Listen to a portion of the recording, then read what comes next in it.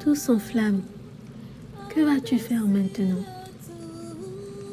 Je me souviens de ton amour lorsque tu étais jeune, de ton affection lorsque tu étais fiancé, quand tu me suivais au désert dans une terre inculte.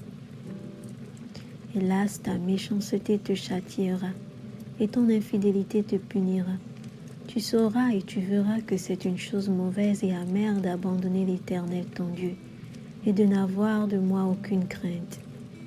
Tu as dès longtemps brisé ton joug, rompu tes liens et tu as dit « Je ne veux plus être dans la servitude ».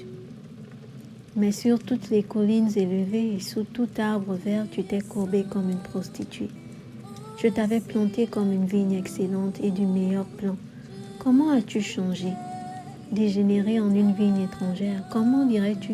Je ne me suis point souillé, je ne suis point allé après les Baals. Regarde tes pas dans la vallée, reconnais ce que tu as fait, dromadaire à la course légère et vagabonde. Comme tu es habile dans tes voies pour chercher ce que tu aimes, c'est même au crime que tu les exerces. Jusque sur les pans de ton habit se trouve le sang des pauvres innocents, que tu n'as pas surpris faisant effraction. Malgré cela, tu dis, oui, je suis innocente. Certainement, sa colère s'est détournée de moi. Voici, je vais contester avec toi. Parce que tu dis, je n'ai point péché. Pourquoi tant d'empressement à changer ton chemin? C'est de l'Égypte que viendra ta honte, comme elle est venue de la Syrie. De là aussi tu sortiras, les mains sur la tête. Lorsqu'un homme répudie sa femme, qu'elle le quitte et devient la femme d'un autre, cet homme retourne-t-il encore vers elle?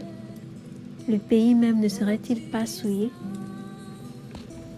Et toi, tu t'es prostituée à de nombreux amants, et tu reviendrais à moi, dit l'Éternel. Lève tes yeux vers les hauteurs et regarde.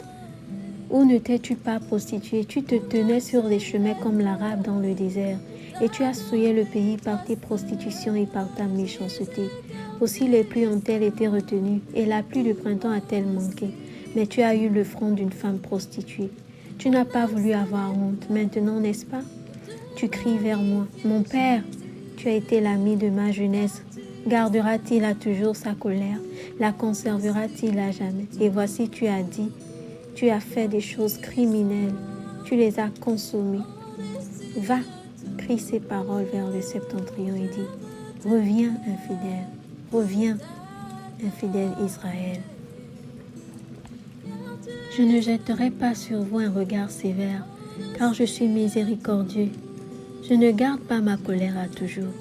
Reconnais seulement ton iniquité. Reconnais que tu as été infidèle à l'Éternel ton Dieu, que tu as dirigé ça et là tes pas vers les dieux étrangers, sous ton arbre vert, et que tu n'as pas écouté ma voix, dit l'Éternel.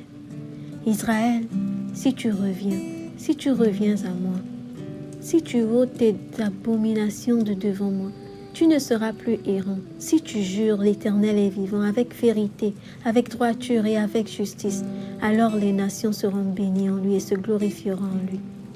Car ainsi parle l'Éternel aux hommes de Juda et de Jérusalem.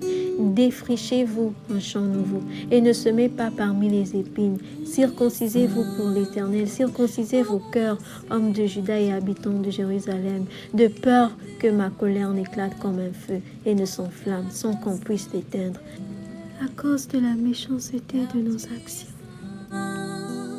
Au-dessus de tout, oui, la terre entière proclame ta sainteté. Je bénirai le nom du Très-Haut sur son trône élevé, en dignité, en majesté. Oui, je bénirai